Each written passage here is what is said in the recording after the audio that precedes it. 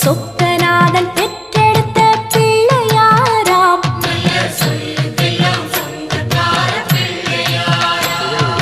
கைலாய மலைய விட்டு தெற்கே வந்தாராம். இந்த பிள்ளையார் பட்டி கண்டு இருந்து விட்டாராம். கைலாய மலைய விட்டு தெற்கே வந்தாராம். இந்த பிள்ளையார் பட்டி கண்டு இருந்து விட்டாராம். கணபதியார் வந்தாரம்மா, நம்ம உறவாக நின்னாரம்மா.